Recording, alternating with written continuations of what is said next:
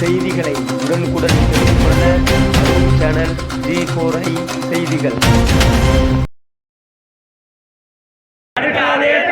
தமிழ்நாட்டின் வளர்ச்சியை தடுக்காதே,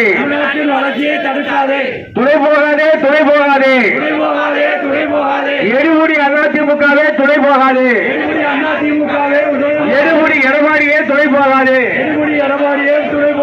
துணை போகாதே, துணை போகாதே. தமிழ்நாட்டின் வளர்ச்சியை தடுக்கும் மோடிக்கு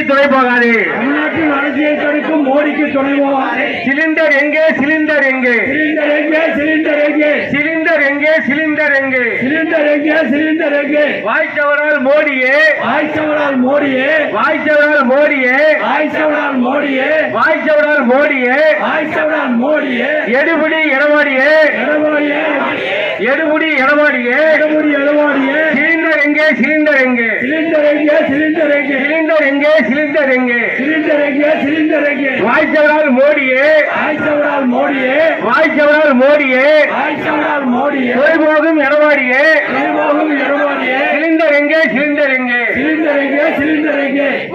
வாய்ப்பில்லை, துப்பில்லை, துப்பில்லை, துப்பில்லை, துப்பில்லை, துப்பில்லை, துப்பில்லை, துப்பில்லை, துப்பில்லை. சமையல் சிலிண்டரை,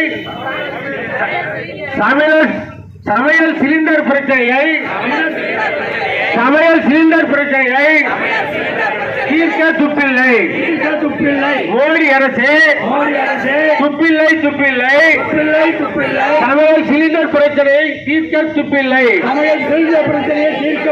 தட்டுப்பாடு, தட்டுப்பாடு, தட்டுப்பாடு, தட்டுப்பாடு, சமையல் சிலிண்டருக்கு தட்டுப்பாடு.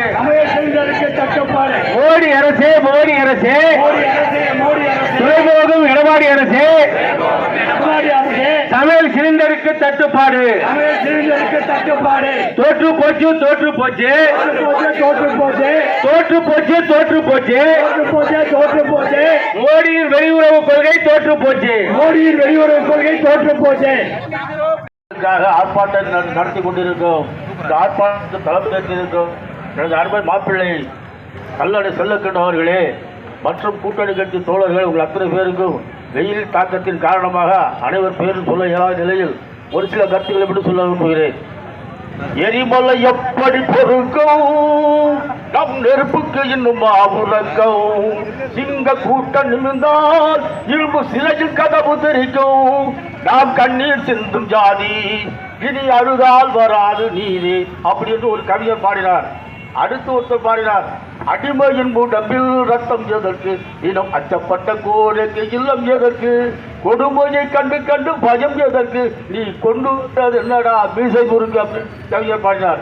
ஆனால் அந்த பாட்டு பாடி வாயசைத்த அந்த எம்ஜிஆர் அட்டமைத்த அந்த கட்சியோடு இன்றைய தினம் அடிமையாக இருந்து வன்புலத்தில் இருக்கின்ற அமித்ஷாவுக்கும் மோடி அவர்களுக்கும் மின்சாரம் விற்றுக் கொண்டிருக்கும் எடப்பாடி பழனிசாமியை இந்த கூட்டத்தின் வாயிலாக வன்மையாக கண்டிக்கிறேன்.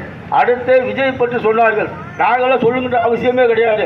அவர் சம்சாரமே அவருக்கு வழக்கு போட்டாங்க. 250 கோடி ரூபாய் பணம் வேணும்னு சொல்லி வழக்கு போட்டிருக்கிறாங்க. அவர் யாருடைய குடும்பம் நடத்திட்டு இருக்கிறாரு. அப்படி குடும்பம் நடத்திட்டு இருக்கிறவங்க தமிழ்நாடு ஆளுநர் துடிச்சுட்டு இருக்கிறாங்க.